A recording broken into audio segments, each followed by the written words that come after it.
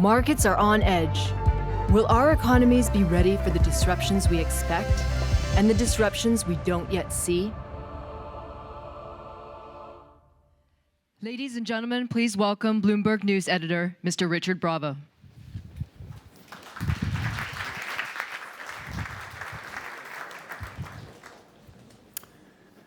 Thank you very much. Thanks for joining us this morning, where we'll be discussing the state of the global economy. And please help me in welcoming our distinguished panel. This morning we have Frank Friedman, COO at Deloitte. Thank you for joining us. We have Ceyla Pazarbasioglu, Vice President for Equitable Growth, Finance, and Institutions at the World Bank, and Lucio Mauro Vinas de Souza from the European Political Strategy Center. So today we'll be discussing a looming economic crisis. So in the US, the economic expansion has reached its 39th quarter, which is just one quarter shy of the post-war record. So many market observers are looking at the next shoe to drop. They're reading the tea leaves, waiting for the next shoe to drop. And one of those tea leaves that a lot of people are looking at is the 3-month, 10-year yield curve.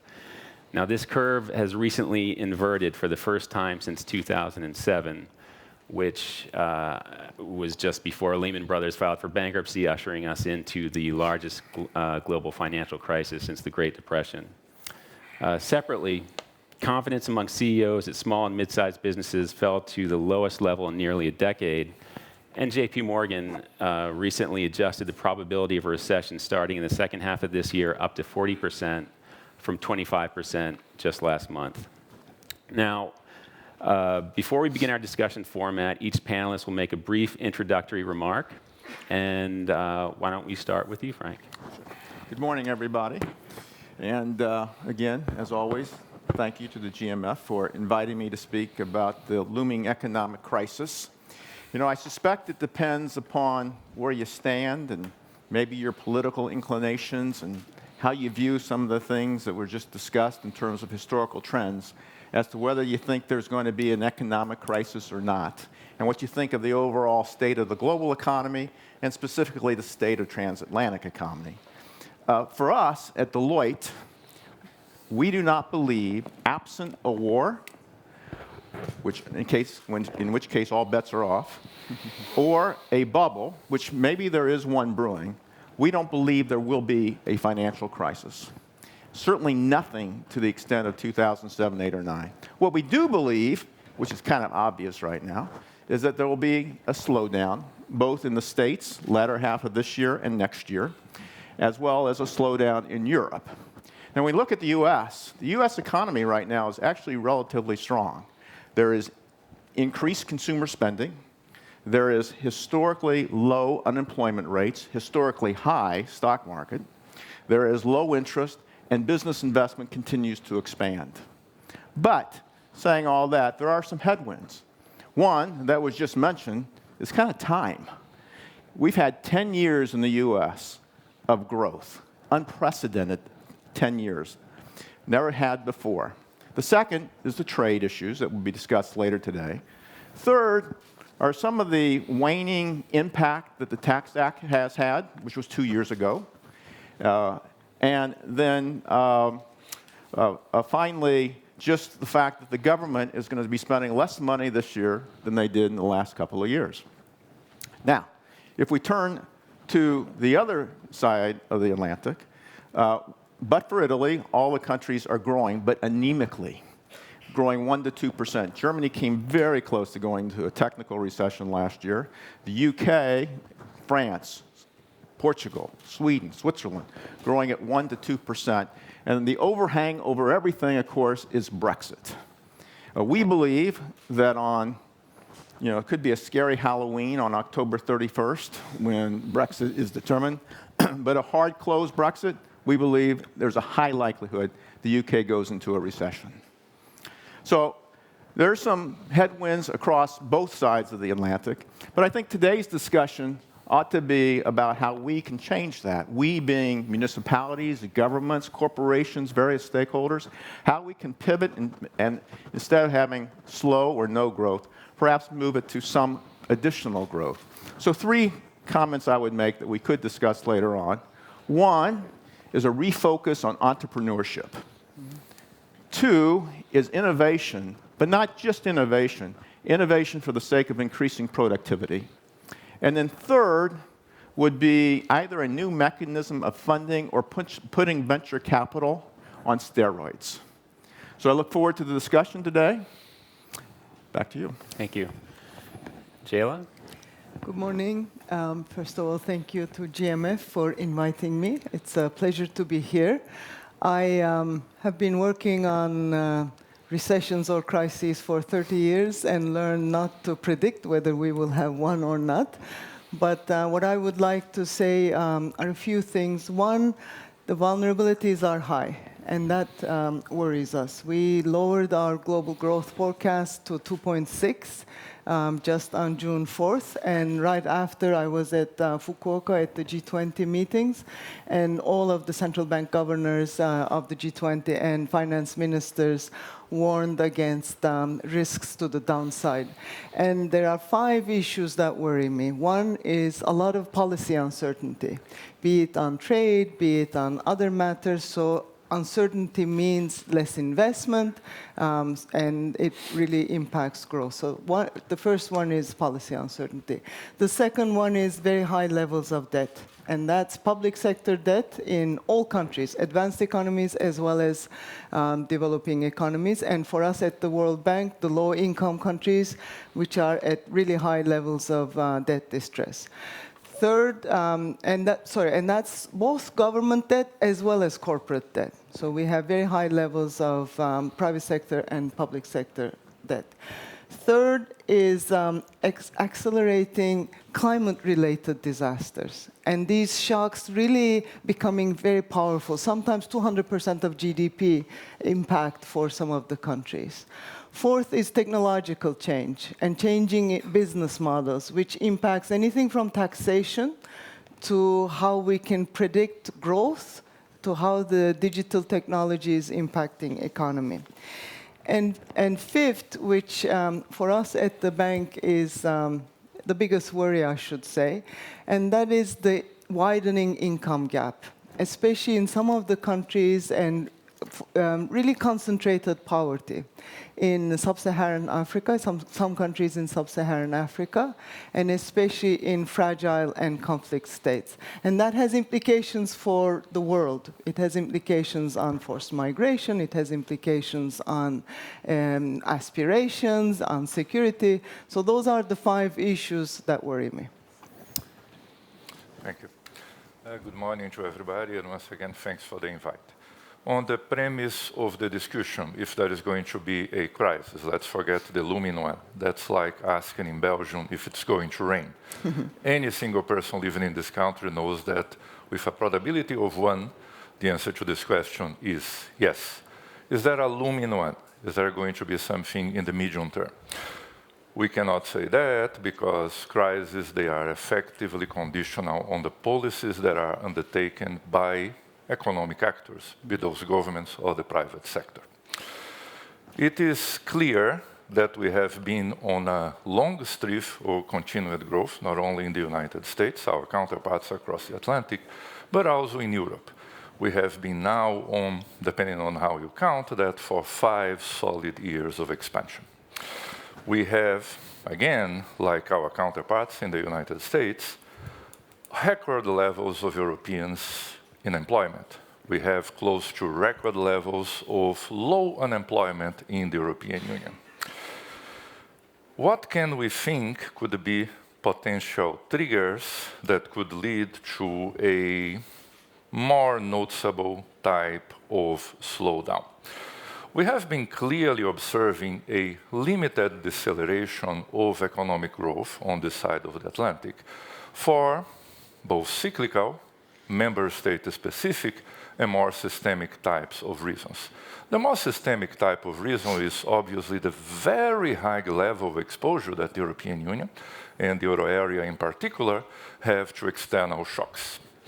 We are among the most open, integrated economic areas on planet Earth. We are, nowadays, you don't even have to take into consideration intra-European Union trade to come to this conclusion, but by some measures actually more open than China. The People's Republic of China reduced its exposure to trade shocks in terms of openness by close to 25 percentage points of GDP in the past decade. We, the European Union, we became more open, which obviously has positive reasons. If you have a global upswing, we benefit more, but makes us more vulnerable to external shocks. So, disruptions in terms of international trade, or even perceived disruptions to international trade, they are stresses that affect the Union proportionately more than other regions of the world. This said, anything that we might be seeing in terms of economic developments in the euro area cannot be classified as anything else beyond a relatively mild slowdown. As a matter of fact, you can make the case that we are growing at potential. Potential may be somewhat disappointing in the European Union, but that, of course, is a different type of question. But so you go. We are not seeing anything at this stage that would indicate that we have significant medium-term stresses beyond the known unknowns. In other terms, more significant shocks to the global multilateral trade order. So as far as we stand, we are in a relatively robust, positive situation, and as a matter of fact, we as policymakers and as economic agents, we do have tools to deal with some of those shocks. I will end here. Thank you. It's important to keep in mind as we talk about the next economic crisis to remember that we're not that far past the last economic crisis. And we're just speaking before the panel about Greece, and we found ourselves writing about the ESM was warning Greece on missing some of its budget targets in its post-program surveillance. So looking back at the EU, Lucio, I think it's worth asking, is the EU better prepared for the next crisis? Mm-hmm. Okay, I will stand up again because we were instructed that that is the choreography of the event. The unambiguous answer to that is yes. You look in terms of the availability of tools and frameworks that we have in this great union of ours, you clearly see that we are way more prepared than 10 years ago. I usually tell this joke. I happen to be the former chief economist of Moody's based in New York. I was doing this work during the depths of the euro area crisis. And I have the joke that my team 67 times correctly predicted the breakup of the euro area. Obviously, this didn't happen. Right? This didn't happen because of the following. The integrated structures that the Union set up to deal with the type of stresses that led us to the sovereign crisis have been nothing short of remarkable. We have a single supervisory mechanism that allows us to pinpoint banking types of stresses.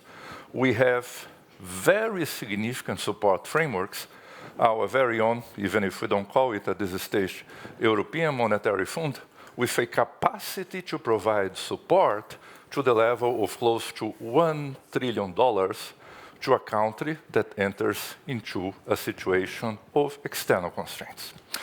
We have now a surveillance mechanism headed by the European Commission, which is much more robust, some would say much more intrusive than what we had before. So in terms of our structure and tools, we are clearly much more prepared than before, and some of the pre-existing stresses that led up to the sovereign crisis have clearly been reduced. Are you at all concerned about the failure for the Eurozone to put together a deposit insurance program or the size of the proposed Eurozone budget? I will reply to that sitting, if you don't mind, and don't read anything into that. The structure of the banking union, which is the way that we try to address the fact that we had in some ways a non-integrated financial sector even after the creation of the euro area, rested on 3 pillars. The creation of an integrated supervisory mechanism, the SSM, which has been up and running for 5 years and is housed in the ECB, so that is there. The single resolution mechanism as an institution and as a fund capable of resolving banks if other types of resources are exhausted, up and running and capitalized. What you mentioned, the so-called third leg of the banking union, is actually effectively half there. All member states of the European Union now have deposit insurance. You may not realize that, but several of our member states actually didn't have deposit insurance. They introduced this and introduced a harmonized framework for deposit insurance because of legislation passed by the European Commission. So what you mentioned is the integrated component of the deposit insurance, not the existence or not the deposit insurance, which now every single member state has. Eventually, we will have a political agreement that will lead to this integrated additional chapeau, a reinsurance mechanism, and that will come with time. I have to say that I'm not particularly concerned with that. That is a process, and we will get there. Okay. While we're talking about some of the repercussions from a possible crisis, Ceyla, what particular challenges do emerging markets face from a possible slowdown, and what can they do to prepare? And are they taking those measures to prepare? So there are, as I mentioned before, there are two issues that impact emerging markets. One is uncertainty and the impact on that on investment, both in terms of local investment by the local community, but also in terms of foreign investment, which requires some degree of certainty of policies.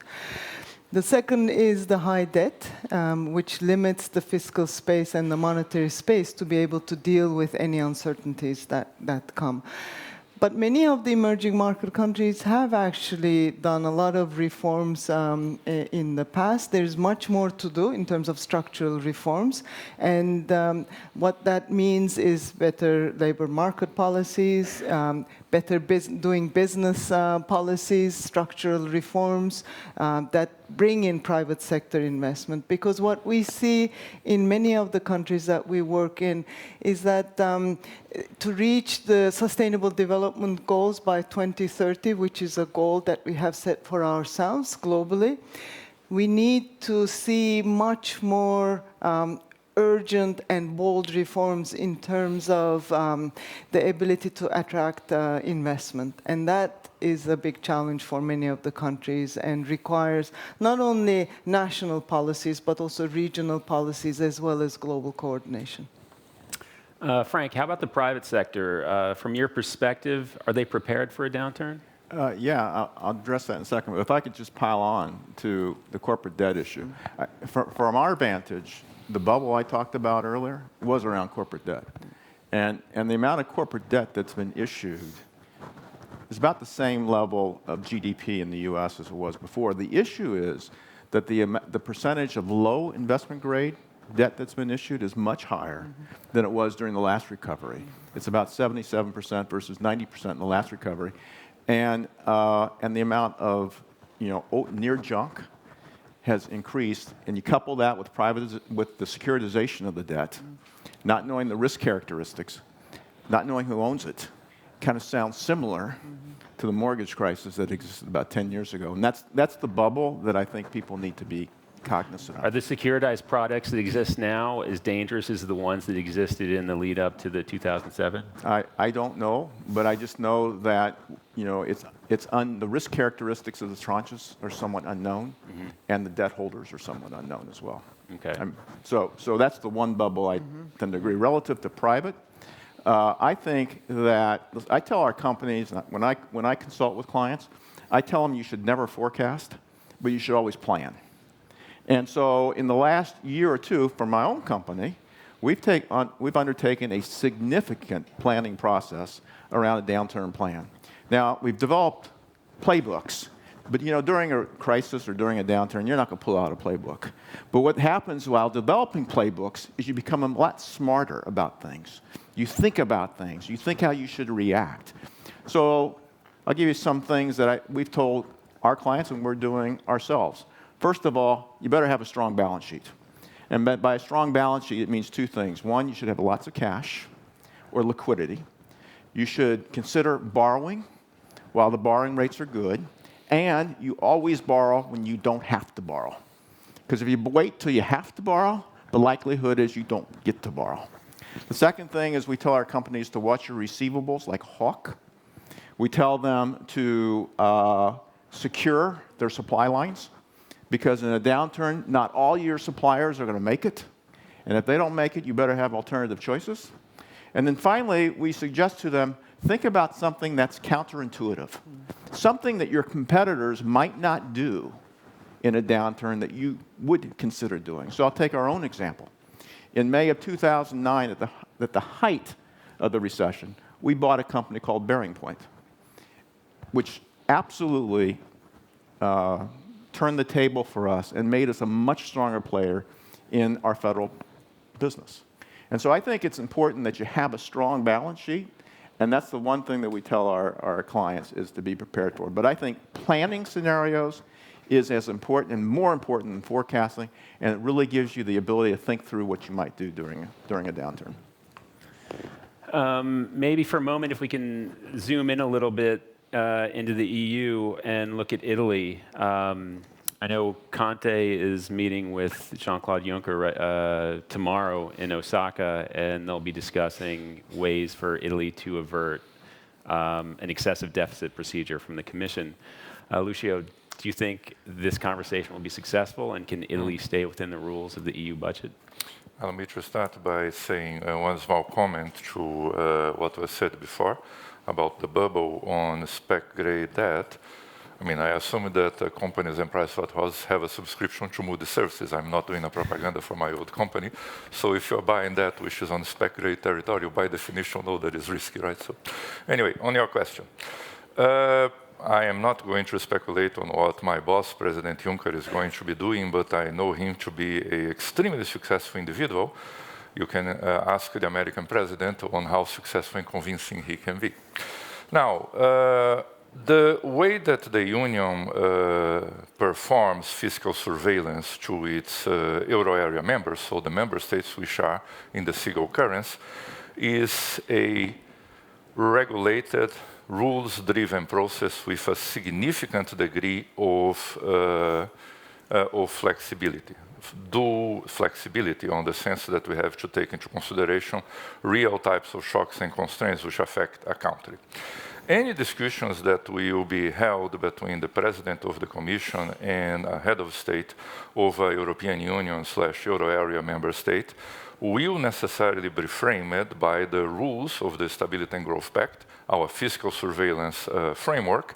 If the Republic of Italy has a case which is compliant to the rules, the Commission and its representatives, including the President of the Commission, will be more than willing to hear the arguments of the Italian Republic, as we continuously do on our interaction with the Italian government.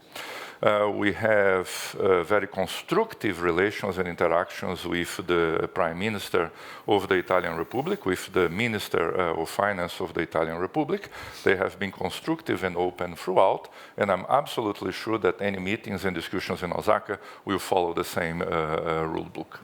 The Commission is in a very awkward position right now because... we are always in an awkward position. Matteo Salvini ran a very successful campaign in May targeting Brussels as the enemy of Italy. And if the Commission does take a strong stance against Italy, do you worry that it could push Salvini more in the spotlight and sort of help further grow populism in the EU? We have relations with member states which should not be described as robust, strong, or weak, but they are the relations that we are mandated by the treaties that founded the European Union. On this sense, whatever we are going to be doing is going to be framed by the rules of the Stability and Growth Pact, and the actions of the Commission and the actions of the member state on the other side of the process will be guided by the rules and frameworks of our relationships. That's as far as I will go. Okay, thank you. If we can move on to monetary policy, something that obviously cannot be ignored in the context of a possible economic crisis looming or not. Frank, do you think central banks are out of ammunition to deal with a coming, if not crisis, then slowdown? Are they out of ammunition? I think they certainly have less bandwidth than they did in 2007. So in 2007, the federal rate at the time was 5.25, and they dropped it in 2007 to 4.75. And then there was 10 additional rate reductions between 2007 and December of 2008, getting it to 0 in the States. Today, the rate's, what, 2.25, something like that? So they have about half the bandwidth that they did back then to deal with monetary policy. Now, they could certainly go and do the quantitative easing, and I think, as it turned out, it was a great strategy to do the quantitative easing. But the other factor about interest rates and monetary policy is that it takes time for it to work its way through the system. So just the fact that the Fed cut the rates 10 times in a year and a quarter, and it still took months for us to start coming out of the recovery. So there's a lag, a natural lag between when they can do something and the impact that you would see broadly. I think it did seem to me in the last week or so that the central banks seem to be more coordinated than they once were. So the same day that the Federal Chairman Powell talked about potentially, keeping it steady, maybe looking at a rate reduction in July, the ECB talked about perhaps going more negative. The China Central Bank talked about easing monetary. So it seems like they're a little bit more synchronized than they were a few years ago. But in answer to your question, I think they have some ability, but not near as much as they had 10 years ago. Mm-hmm. And somewhat tangentially, are you concerned at all about the politicization of the central bank functions? I mean, even here in Brussels, it's a coincidence, but the choice of the next ECB president happens to coincide with the choice of the new Commission president, and it's all sort of being packaged into one bundle. And obviously, we have the president in the U.S. tweeting about what the central bank should be doing there. Well, it's hard to resist the pressures of the president of the United States.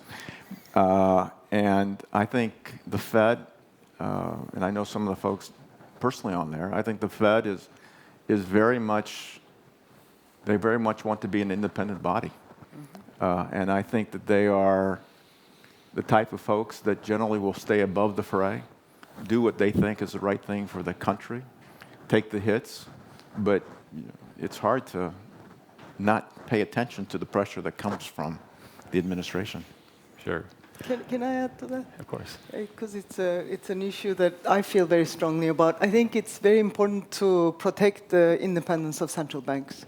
We have seen this time and again when central banks are attacked. You see the impact, you see the loss of trust really impacting both policies but also expectations. So my plea would be to keep these institutions, which have been very critical, as operationally independent as possible. Both in the developed and emerging market world. Let me one point on your remark about the alleged politicization of the process of selection of the ECB.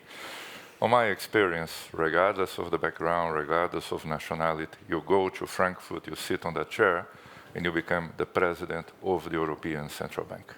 It's your mandate as the institution and the rules of agreement indicate for you to take into consideration economic conditions across euro area member states, regardless of political background, regardless of nationality. And that's what is going to happen this time too. I guess I should have clarified. I didn't really mean the politicization of the role of the ECB chairman, of more of the process of choosing who will fill that role. The process is the same as it was before. Okay. But, before the ECB chairman's role didn't come up at the same time as the commission role in the parliament, president of parliament. Which happens every 23 years, I should point out. The coincidence of the terms. Now I'd like to open it up to the audience. If anybody has any questions they would like to ask our panel, please raise your hands, and we have a microphone coming to you. Hi, my name is Simon Fraser. I have two questions for Ceyla, if I could. I was very interested in your 5 risk categories. Could you say a little bit more on 2 of them for me?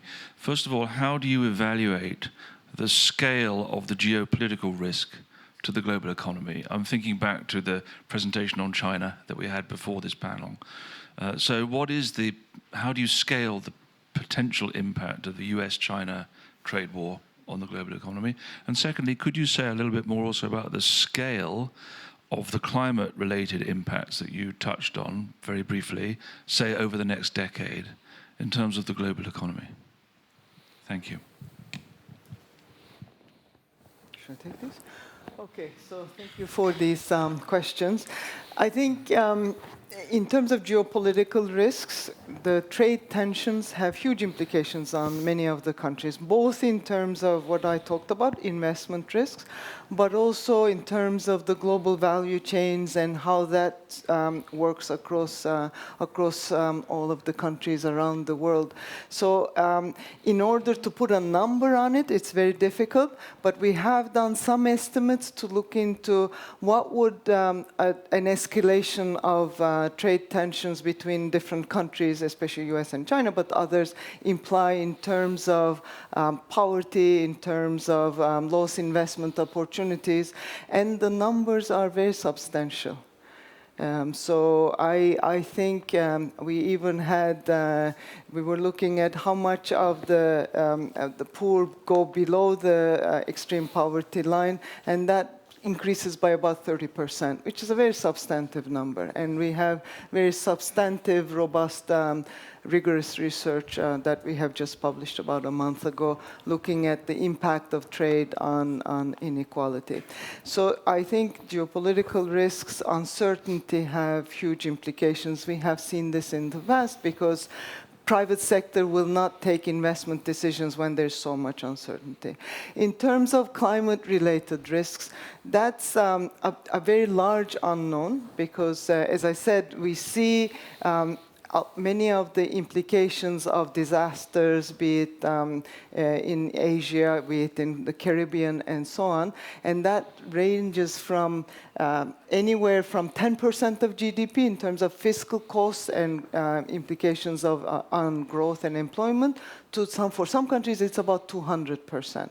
And here, I will take 1 minute to bring some optimistic signs in terms of some of the issues that were discussed, and there will be more discussion later today on the role of technology in terms of being able to better detect in advance and take measures, contingent plans to deal with some climate-related risks. And if there's interest, we could go into this more. Thanks. That's interesting. On the issue of technology, I was wondering, Frank, do you have any perspective on automation? And I know there are a lot of worries about how that will affect the workplace and employment going forward. Do you have any thoughts on how that might shake out? Well, it's going to say it's not going to impact people would be ludicrous. It's going to impact people for sure. But I'm always reminded, and I tell people, there was a time when we didn't have the automotive industry. And we went from horse and buggy to automotive, and all the technology that came about from that, and as a result, the construction industry in the U.S. and the highway system, putting restaurants on the side of the road and Motel 6s on the side of the road, grew up. And so it's been proven for 150 years that technology actually, in the long run, creates jobs. The challenge is, what do you do now with a 50-year-old person who gets displaced? And that's been the fear, and one of the reasons I think populism's increased. What happens to that person? And I think it's trivial sometimes to say, well, retrain them. That's not so easy to do. But I do think that what's going to happen is that between a partnership between corporations and government, we're going to have to be able to do much more massive education, much more training, be able to retain people and teach them how to do new things. So in our company, as an example, as we have been moving aggressively to automate, what we have said is we're not going to release people at all. We're going to retrain them and redeploy them in other areas. And I think companies are going to have to do that. It may cost some money, but I think in the long run, the company's culture will be enhanced, the employees will be more loyal, and our business will be better. Any other? We have a microphone coming to you. Daniel Gross from the Center for European Policy Studies here in Brussels. A follow-up perhaps to the question which was asked earlier about the impact of a potential trade war. Bilateral trade between the US and China is worth about 1% of global GDP. Why would we expect a large impact as long as it stays between the US and China alone? Transatlantic tariffs on top of that would be something else. And on top of that, I think we have to think about what causes a crisis as opposed to recession. And extensive research shown that it's always a build-up of debt before the crisis. And especially a build-up of debt which everybody thought was safe. And my observation would be we haven't seen much of that. There has been perhaps some build-up of corporate debt in the US, but it's recognized as being risky. We have still the Italian story in Europe, but it's recognized as being risky. There's no big surprise there.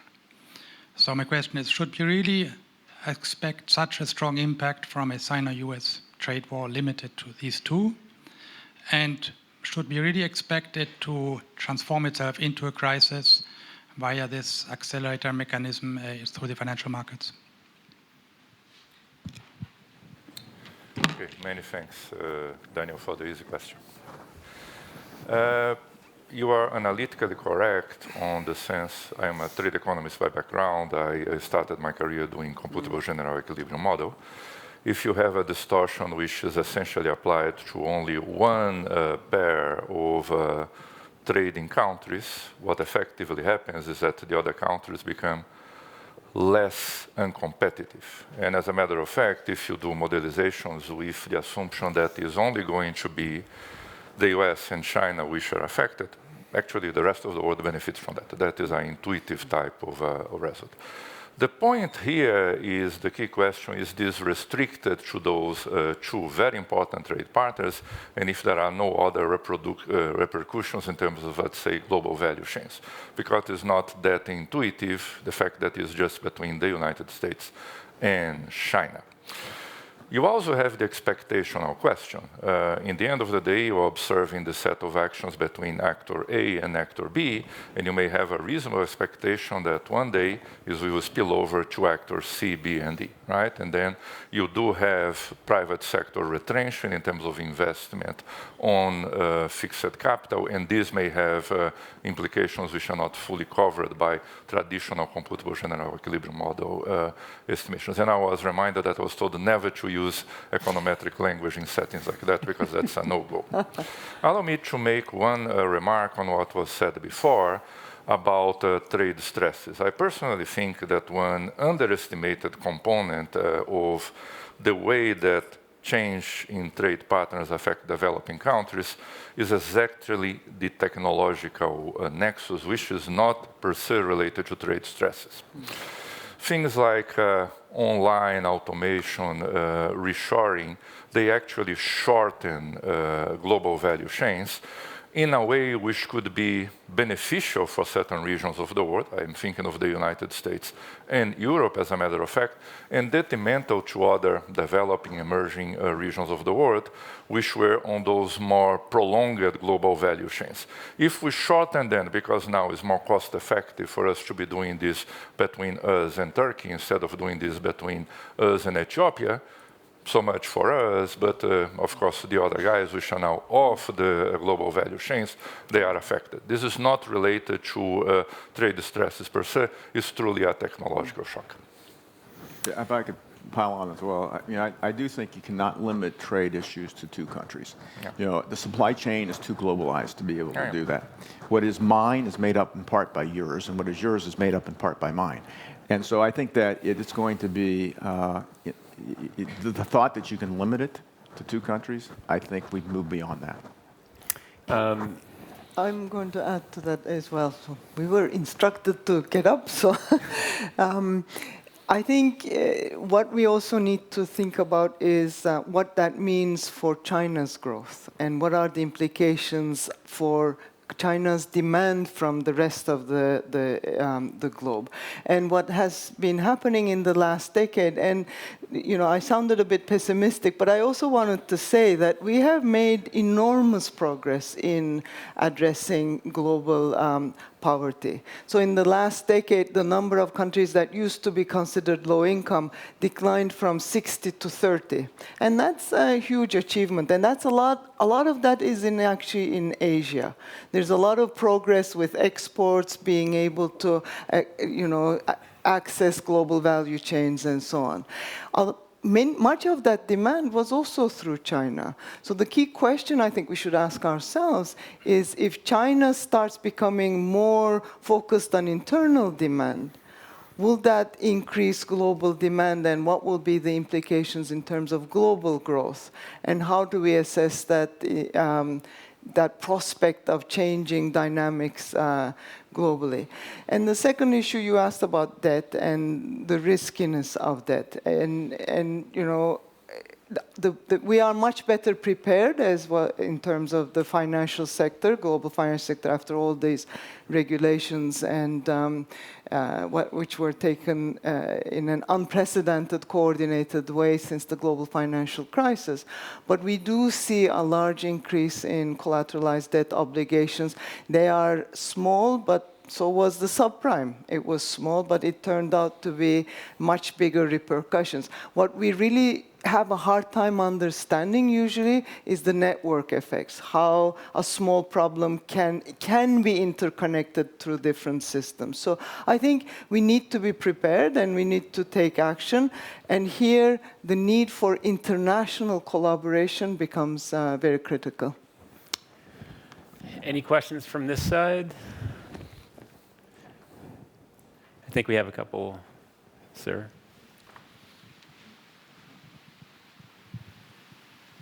Sinan Ülgen with EDAM in Istanbul. I just want to come back to the question of technology. How confident can we actually be that our past experience with technological shocks over many centuries is a good indication that that's exactly what's going to happen in the future as well? So that technology optimism, should we really be a bit more attentive to it? Because we also have to think, I think, about the alternative scenario of the past experience not being able to, extrapolate it into the future. And therefore, we're looking at the future that's much more disruptive, both in terms of income inequalities between countries and within countries. And that obviously spells a lot of trouble in terms of how we deal with populism and the fragmentation of the multilateral system. Well, I don't know how to answer it necessarily. I mean, I kind of view past as prologue, and think that there is, I think it does affect people in the immediate term. I think people are smart enough to audible and figure out what their path needs to be if certain jobs are no longer available. But I don't want to minimize the pain that if you lose a job that you have. I mean, it's a real pain in the sense of the emotional pain, the financial pain. I don't think, automation and displacement of people will get fixed immediately. But I think over a term, more jobs will be created. I see no reason we should think that today is different than technology in the past, where I'm certain the same sort of issues and the same sort of questions arose. Listen, no machine can express emotion. No machine can make necessarily rational decisions. No machine can communicate that well. I think there's going to be different needs, different skill sets that people are going to have that they don't have today. And I think that's the evolution that will transpire as we continue to automate. But I do think there's a potential risk of an increasing digital divide. There are many countries in the world that don't have access to internet, the corners of the world where 40%, 50% of people do not have any connection. And I think that with aspirations growing is a concern. And I also don't think we understand the risks of technology that well in terms of data, privacy, data location, terms of cyber risks, again, requires a lot more international coordination and preparedness. I think we had another question back here. Christopher Marshall from Tagesspiegel in Berlin. I would like to change a little bit the part of the question. All we have discussed until now is possible shocks, crisis management, short-range issues. But if we think much more strategically into the future, is there still something like the community of free market economies which want to shape the future, which want to set rules? Because still today, if you count everything together, United States, Europe, Japan, South Korea, Australia, New Zealand, that's 50% of the world GDP. It's no longer 60. But I mean, 10 years ago, we wanted to shape the future. We were thinking in terms of free trade agreements which contain China, which put pressure on China to obey to certain rules. Is this all gone? Are the splits between today's United States and Europe so big that we are no longer able to pull in the same direction? Have we already given up this opportunity of shaping the future? What are your ideas about that? Where are we heading within the next 10, 15, 20 years? Slowly giving up, maybe even unconsciously, the ability to shape the rules of the future. Today, the West is twice, if there is still something like the West, it's still twice as important as China, maybe even more than twice. But of course, our percentage of the world GDP is slowly going back. Okay, I'll give it a try on that, and I'll stand and addressing the neglected side of the room. Allow me to start by saying that, as we all know, the Union is a committed multilateralist. That doesn't mean that we are planning to be the last guys on the multilateralist salon. We do that not only because of our values, because the clear interests of the Union and its member states are on an open system of global trade and exchange. It's always very pleasurable when your values are congruent to your interests, so we are in a very nice spot here. We do have a significant margin for agreement with our traditional counterparts in the United States in many areas in which are sometimes misreported and misunderstood. We have significant congruence, for instance, in terms of our operations and works in relation to Ukraine.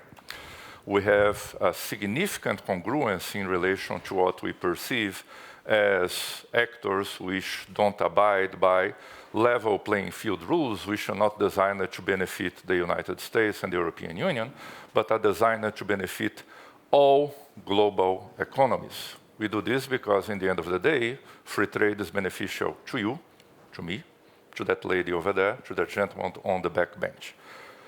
We think of global rules as something which are, therefore, a win-win game for everybody, not something that is designed to hamstring or to contain particular types of economies which allegedly have different interests, but because this benefits them too.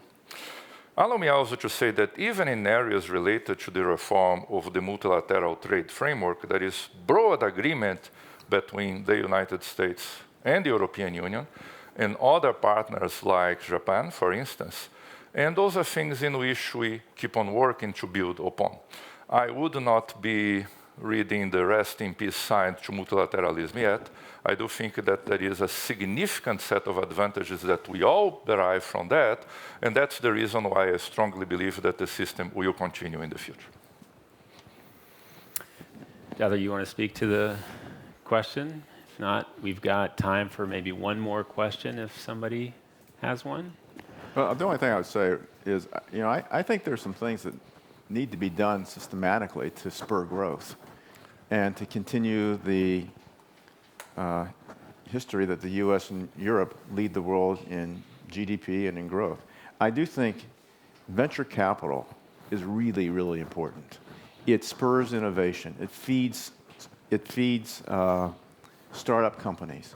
And sure, startup companies have the risk of failure much more than mature companies, but a third of most of the early startup companies are viewed as innovative, and innovative companies grow faster than mature companies, and they bring to scale new products and new services. I think venture capital in the U.S. has had a huge impact on allowing that 10-year run to continue. Contributing, you're making investments in companies like Juul or Uber, or those sorts of private companies that are tech-based, has had a tremendous impact on, I think, innovation throughout the world and growth in the U.S. I do think Europe needs to have a venture capital program on steroids. The venture capital market in the U.S. is about 6 times that of Europe. And it's a really important distinction, because I think that's how we can continue the trajectory in some part. Since we've touched on trade and the transatlantic relationship, I think it's worth maybe exploring that a little bit more. Right now, the U.S. and the EU have begun negotiations on a possible trade pact under the threat of auto tariffs from the U.S. If the U.S. does impose a 25% tariff on European automobiles going into the U.S., what effect would that have on the economy in general? Allow me to start by saying that we are in ongoing discussions with our American counterparts, which I stress are an important and appreciated partner of the European Union. In many areas, those discussions have been extremely productive. You all know the increase in imports related, among other things, to our energy security of natural gas from the United States in some areas of the agro-industrial complex. And we are still working on further areas to expand on our relations with the United States. In the unfortunate situation in which non-WTO compliant behaviors would be introduced into exports of the European Union, we have made clear to our counterparts that we will use the tools at our disposal, including the predefined list of goods and services under which, as allowed by WTO rules, we would be imposing surcharges. So we continue negotiation. We have the utmost confidence on a positive outcome for all involved, including the global economy. But in the unfortunate situation that that's not going to be the case, we will be prepared with all the due legal rule-based instruments that we have at our disposal. When the U.S. before they made the decision to impose tariffs on European steel and aluminum exports, the EU flirted with the idea of engaging in voluntary export restraints of steel and aluminum to avoid those tariffs. Do you think it would be a good idea for the EU to propose such a measure with regards to automobiles? As I indicated, our behavior is conditional on WTO compliant types of actions. And whatever we decide in this theoretical scenario would be WTO compliant. My own personal take, given the discussions that we have and the positions that we have expressed, is that the action will be based in terms of the countervailing duties which are allowed by the WTO rules in such a situation. Thank you very much. And I think that's about all the time we have. So thank you very much to all the panelists, and thank you everybody for joining us. And I now invite to the floor Nina Dos Santos and the next panel. Thank you very much. Yeah.